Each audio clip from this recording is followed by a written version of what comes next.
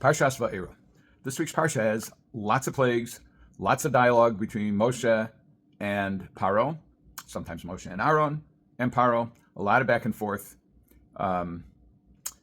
and not a lot of results for the Jews. Paro continues to make promises and break them, says he'll let them go, and he doesn't. Sounds familiar. And I'd like to focus on a few verses in Perek Ches, that's in chapter 8. We're going to look at Chaf Aleph through Chaf Dalet. That's 21 through 24. So in 21, in Chaf Aleph, Vayikra Paro, this is in the middle of the plague of the wild animals of Arab. They're going all over the place except for where the Jews live, except in Goshen. And Paro says, okay, he calls Moshe and Aaron and he says, go sacrifice to your God in the land. Ibn Ezra says that Paro came to the conclusion that the reason all of this stuff is happening to him, bad stuff, is because he hasn't allowed the Israelites to bring their sacrifices. So he says, okay, sacrifice, but don't do it outside of Egypt, do it inside of Egypt. And Moshe responds, Chaf Beis, that's 22, he says, wait a second. Moshe, lo nachon la'asos ken, this is not proper to do. Ki to'avas Mitzrayim nizbach l'Hashem Elokeinu. Hein nizbach es to'avas Mitzrayim le'nehem Elokeinu. It's not appropriate that we slaughter the abomination of Egypt. How is this an abomination of Egypt? We're going to have to see what this means.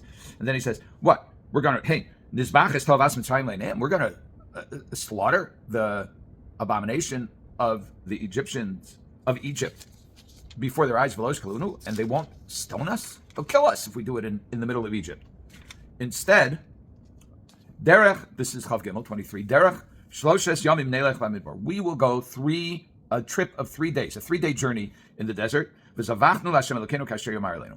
And we will slaughter animals or offer them as he, implicitly God, says to us.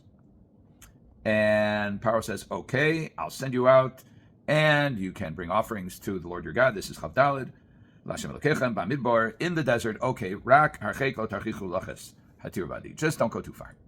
Pray for me. So Paro seems to be under quite a bit of duress. He's conflicted. You can't go. You can go.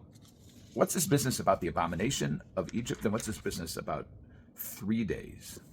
So the commentaries differ about what it means when Moshe says, we're going to slaughter the abomination of Egypt. Now, it could be, according to some commentaries, Rashi and others, that Moshe actually did not say to Paro the abomination of Egypt. He said, the God of Egypt, Elohei Mitzrayim.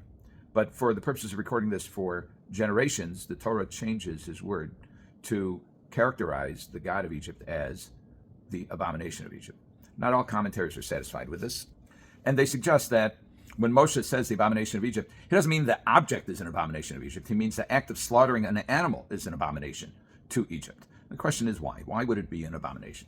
So Rashi and others explain that the Egyptians considered the teleh, the sheep,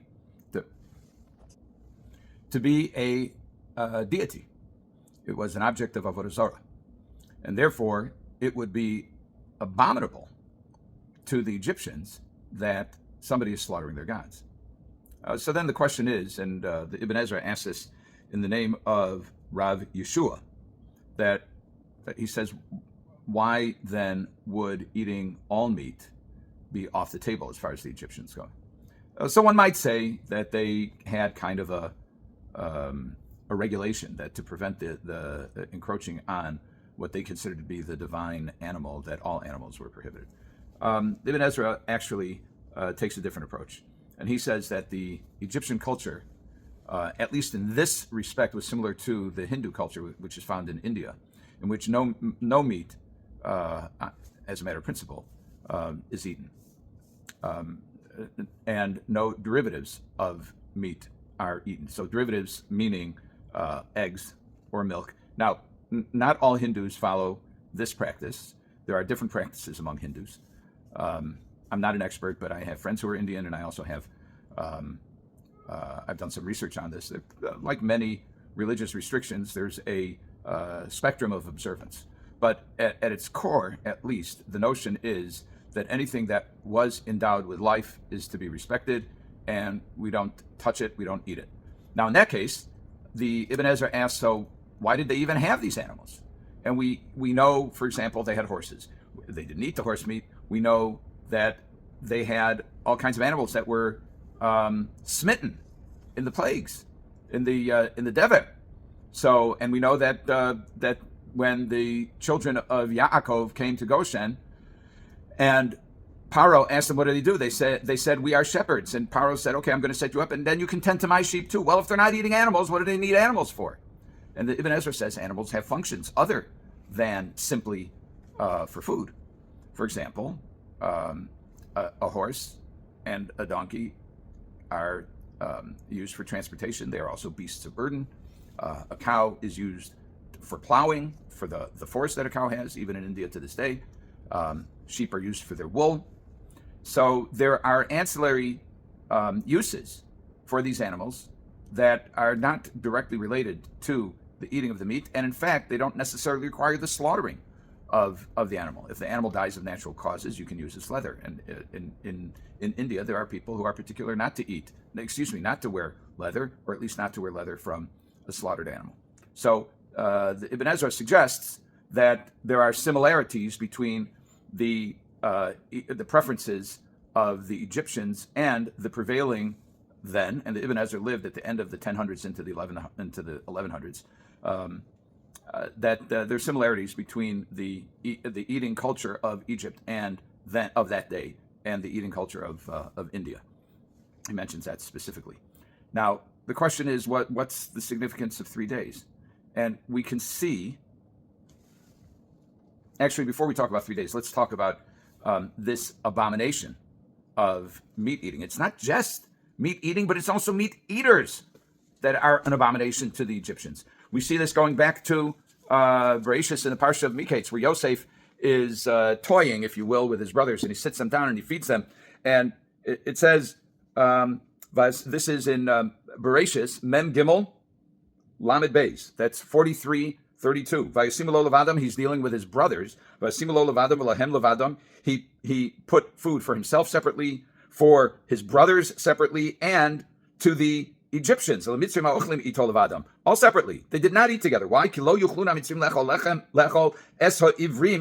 couldn't eat bread or food of any sort with the Ivrim, because it is an abomination. In other words, even eating with people who eat meat are an abomination. Ibn Ezra goes so far as to say that that at least in his day, when a person from India would go to a foreign land, he would stay away from people from people who were eating meat. They would simply avoid that. And what's interesting is that Onkelos translates Ivrim in Parshas in the Sefer of Shemos, Ivrim, which we translate uniformly as Hebrews. The Ibn Ezra translates it here in Shemos as Yehudaim, what we call Jews. But over there in Miketz, he says Imivraya, which means others, strangers, people on the other side. In other words, this was not, shall we say, an anti-Semitic type of regulation. It was an anti-stranger. It was xenophobic. But it wasn't simply because they were strangers, but because they were meat eaters.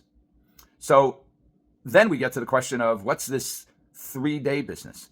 And we see elsewhere, also from Bereshis, we see that 3 days is 3 days distance of travel is a day in which you can achieve genuine separation. We see this from Yaakov and the shepherds of Lot, where they separated their flocks, a derech shloshis yamim, 3 days of separate. Because if you're closer, news travels, the smells travel. Can you imagine? I mean, this is like one gigantic barbecue to have hundreds of thousands of people roasting meat. That carries. So in the end, Moshe is negotiating to conduct mass sacrifices to God. And he says we got to do it outside of Egypt. We got to go far away.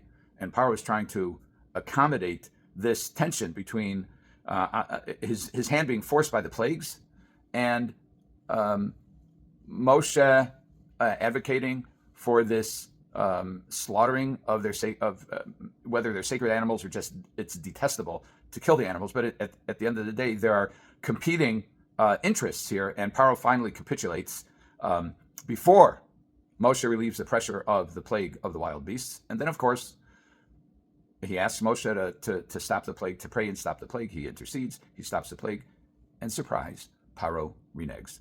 We have a history of dealing with people who renege on their promises, and perhaps this is one of the ways in which we are being trained to deal with people who are not reliable, but they have principles because they won't eat meat.